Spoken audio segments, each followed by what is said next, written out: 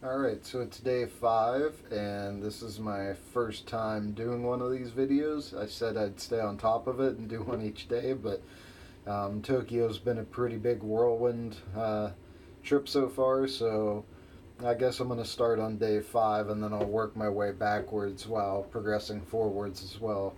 I'll try and do 2 of these a day, so work backwards and do day 4, 3, 2, and 1, and then also work forward, so.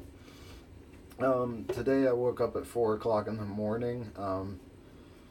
I was just wide awake, and so I woke up and did some laundry. It took about 2 hours to dry my clothes, so I was planning on getting up and heading to Suda to get a reservation ticket as soon as possible. I wanted to be there around 7 a.m., but I ended up not leaving till about 8:30 just because I was waiting on laundry. When I was packing up, I'm now up to 5 types of Kit Kat. I have banana, and then special editions of apple and strawberry. They're Tokyo specials.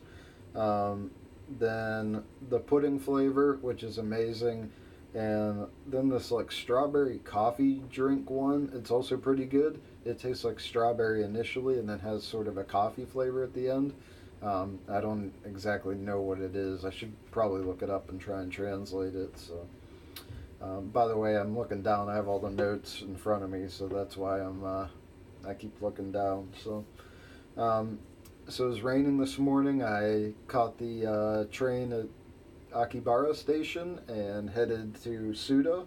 Um, let's see. I picked up the reservation card. It was for noon. It's 1,000 yen deposit, and then when you bring the reservation coupon back, they give you your 1,000 yen back. So I just picked that up and then headed back to Akihabara, back to the hostel. I stopped at the electronics store there and picked up some headphones. It was crazy how big. The store's called Yodobashi Akiba, and it's like 10 or 12 stories tall of just electronics and stuff. So um, I only went up to the 4th floor just to buy a pair of headphones, but I glanced around at the 2nd floor and there was a whole section for building a PC. So they had RAM, motherboards, processors, graphics cards, thermal paste. It was insane the amount of stuff they had. You know, it was you'd never find anything like that in the U.S. Maybe the closest would be a Fry's, but it was pretty insane. Um, there were a ton of headphone options. I had to finally just pick one and move on. There was everything from Panasonic had an Oreo cookie type of headphone. I don't know. Um, then I grabbed another gashapon, the takoyaki stand, which is the octopus ball thing.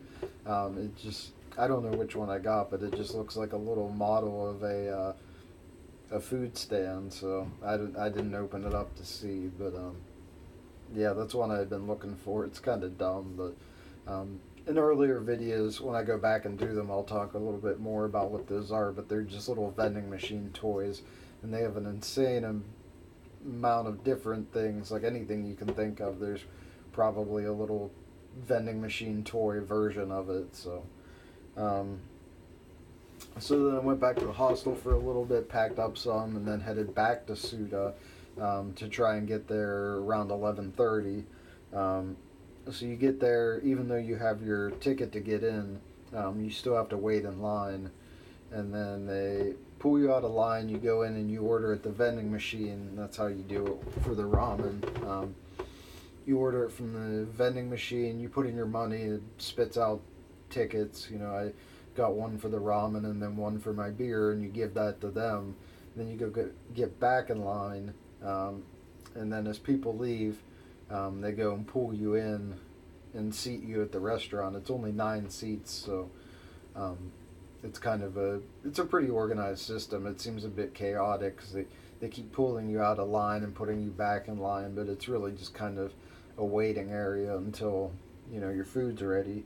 Um, they discourage the phone use there, so I would snap a couple pictures and then scarf some down, snap a couple pictures and then hurry up and eat some more. So I tried to go as quickly as possible. They're really encouraging you to get in, eat, and move on. So the kitchen itself is very, very tiny. There's only two people working there, but it was, you know, it's crazy. I couldn't imagine doing that for weeks and weeks on end, being right next to somebody, in a hot kitchen making ramen all day long. So, oh, by the way, when I had my bowl of ramen, I sat down. I was probably only there a minute, and my bowl showed up, and Rudolph the Red-Nosed Reindeer came on. So my first experience at Michelin star ramen restaurant. Oh yeah, I forgot to mention that.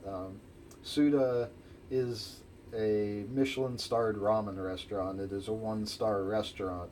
And it's my first time going to a Michelin starred restaurant, which is kind of weird considering how many different places I've eaten. Yeah, that's the first one that I've been to. I don't think Bouchon in LA was a Michelin star restaurant. Um, so yeah, Rudolph the Red-Nosed Reindeer came on, and it was like the version from the original animated, or whatever it was, the old Rudolph the Red-Nosed Reindeer.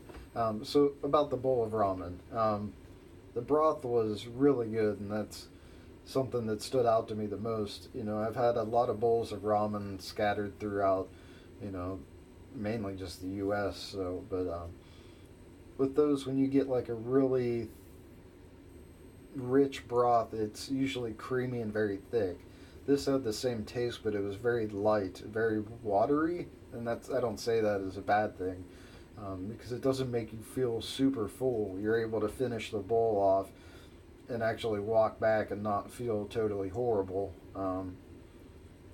So they also serve it with truffle paste, like some truffle oil thing that's off to the side on a piece of pork. So I tried the broth and mixed that in, and it added another layer of richness and deepness and complexity to it, and it just made it that much better. I'm glad I tried the broth without it first, so you can get the difference when you put the truffle oil in versus not having it in there. Um, the noodles themselves were very thin and chewy. I'm used to more of a thicker, softer noodle. I don't really have an opinion either way. I don't care too much, but it was interesting. The egg itself, it was served whole. Like, you just have a whole egg in there. You kind of bite into it, and the yolk is kind of half cooked, so then it squirts out everywhere. I'm again not a huge fan either way. It's, I thought it was good. So the pork itself, there were two types in there. I need to look up what the second type was, but the first was more of a char siu style, smaller, thicker pieces. There were 2 or 3 of those, and then a couple thinner, bigger pieces that were more kind of a roast type thing. And it was marinated, and then it had maybe pepper on the outside of it. It was cut into thin sheets, and you could see around the edge of it there were kind of bits of pepper and spice.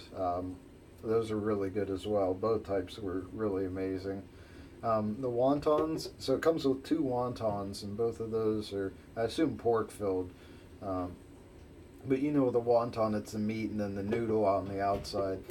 Usually they're more of a packed ball. This was a ball, but then it had a really long tail sticking off of it. It was probably 3 times the size of the actual wonton. So those were both really good. There were 2 of them in there. Glad. And then the bamboo that was in there as well. It was also crunchy but not hard. It was very flavorful. Overall, it's tough to describe it, but it was just a really good bowl of ramen. The price wasn't ridiculous. It was, I don't know, 1,800 yen, so whatever that comes up to in US dollars, I think about $20. So not that ridiculous at all. It's only slightly bit more than what you would pay in LA.